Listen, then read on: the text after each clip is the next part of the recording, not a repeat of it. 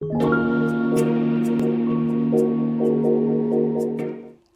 Well Diva, welcome to day 20 of our 21-day peace practice. I'm Renee Mitchell-Simpson. If you are just now joining us for the first time, I am the self-love and happiness coach. I teach women how to cultivate more self-love so they can get to the happiness their hearts desire. And today I wanted to talk to you about self-love. Let me distinguish between self-love and self-care if I haven't done that on this channel before, but I know I didn't do it in this peace practice. Self-care is how you take care of this temple, how you take care of yourself. So that's going to be the physical things that you do. Taking yourself to the therapist, giving yourself a spa day, decluttering your home. These are things that you do to care for yourself. Self-love is how you treat yourself, okay? So that's going to be enforcing your boundaries, making sure that people respect you, being sensitive to your own needs, listening to your intuition, listening to the Holy Spirit, listening to whatever your inner guidance system is.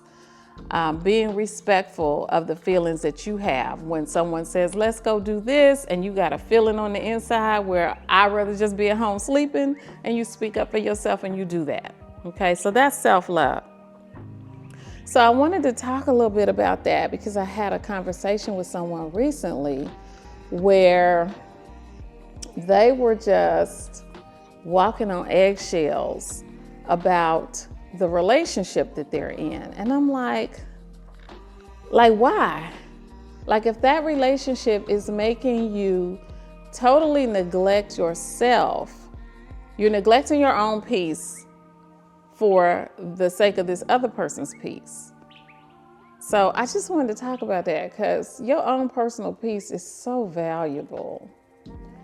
And when you're tethered to another person, whether it's a male, female, or whatever sexual relationship, or a parent and child relationship, I don't care what kind of relationship it is, your job, your boss, whatever. When you are constantly putting your peace on the back burner to uplift this other person and make sure that they're good, who is providing the self-care and the self-love for you? Nobody is doing self-care for you, self-love for you, except you. You are the only person that can do that. This is what I was trying to get this person to see. Like, who's doing that for you? Because I don't care how that other person treats you, even if it's wonderful, they are not providing the self-love that you need. You have to do that. Your relationship with yourself is the most valuable one you have. And you can't neglect that trying to hold on to this other relationship. So today I just wanted to just drill it in that your peace is so important, and you create that yourself. The way you treat yourself is going to really affect your internal peace. So let's just keep that at the forefront in all of our relationships going forward. Am I at peace with myself when I'm in relation with this person? Or does that relationship need to change? Does that relationship need to be, I don't know, you got to create some boundaries in those kind of relationships, or you may just have to cut them off. It's that serious. Because when you don't have that internal peace and you're not loving yourself, you're really making yourself sick. I don't know how many times I gotta say it. That stress that you're allowing to just live within you. We're going towards the end of the year. Y'all, we know we always surprisingly lose people before we hit the new year, right? We make it all the way through the year and then we like, oh my God, on New Year's Eve or on New Year's Day. I remember Natalie Cole passed away one year, like on New Year's Day. It's always some celebrities. But even in our own families, we have people that don't make it to the new year. And a lot of times it's because they're holding on to internal stress that they need to let go of.